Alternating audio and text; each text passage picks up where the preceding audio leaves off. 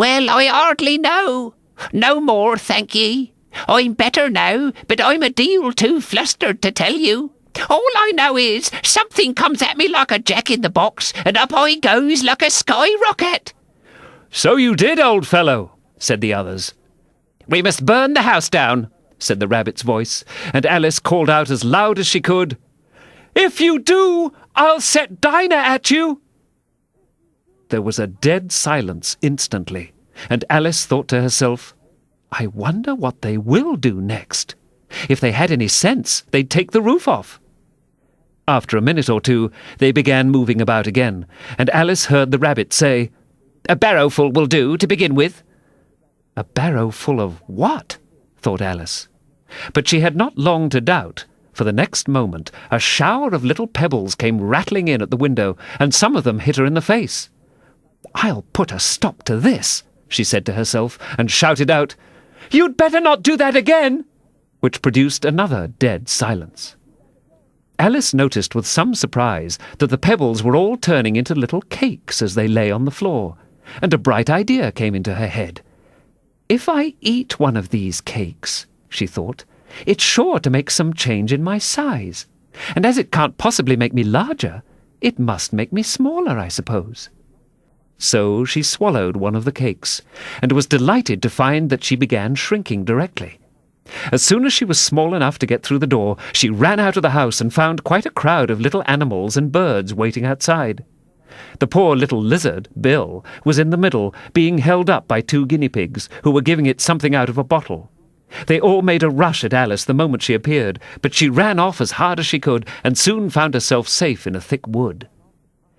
"The first thing I've got to do," said Alice to herself as she wandered about in the wood, "is to grow to my right size again. And the second thing is to find my way into that lovely garden. I think that will be the best plan." It sounded an excellent plan, no doubt, and very neatly and simply arranged. The only difficulty was that she had not the smallest idea how to set about it. And while she was peering about anxiously among the trees, a little sharp bark just over her head made her look up in a great hurry. An enormous puppy was looking down at her with large round eyes, and feebly stretching out one paw trying to touch her.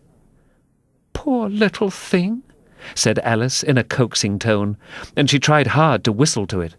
But she was terribly frightened all the time at the thought that it might be hungry, in which case it would be very likely to eat her up, in spite of all her coaxing.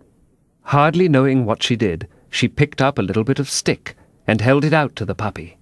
Whereupon the puppy jumped into the air off all its feet at once, with a yelp of delight, and rushed at the stick and made believe to worry it. Then Alice dodged behind a great thistle to keep herself from being run over, and the moment she appeared on the other side, the puppy made another rush at the stick, and tumbled head over heels in its hurry to get hold of it. Then Alice, thinking it was very like having a game of play with a cart-horse, and expecting every moment to be trampled under its feet, ran round the thistle again. Then the puppy began a series of short charges at the stick, running a very little way forwards each time and a long way back, and barking hoarsely all the while, till at last it sat down a good way off, panting, with its tongue hanging out of its mouth and its great eyes half shut. This seemed to Alice a good opportunity for making her escape, so she set off at once and ran till she was quite tired and out of breath, until the puppy's bark sounded quite faint in the distance. "And yet what a dear little puppy it was," said Alice, as she leant against a buttercup to rest herself, and fanned herself with one of the leaves. "I should have liked teaching it tricks very much if I'd only been the right size to do it. Oh dear, I'd nearly forgotten that I've got to grow up again. Let me see, how is it to be managed? I suppose I ought to eat or drink something or other, but the great question is, what?" The great question certainly was, what? Alice looked all round her at the flowers and the blades of grass, but she could not see anything that looked like the right thing to eat or drink under the circumstances. There was a large mushroom growing near her, about the same height as herself, and when she had looked under it, and on both sides of it, and behind it, it occurred to her that she might as well look and see what was on the top of it. She stretched herself up on tiptoe, and peeped over the edge of the mushroom, and her eyes immediately met those of a large blue caterpillar, that was sitting on the top with its arms folded quietly, smoking a long hookah, and taking not the smallest notice of her or of anything else.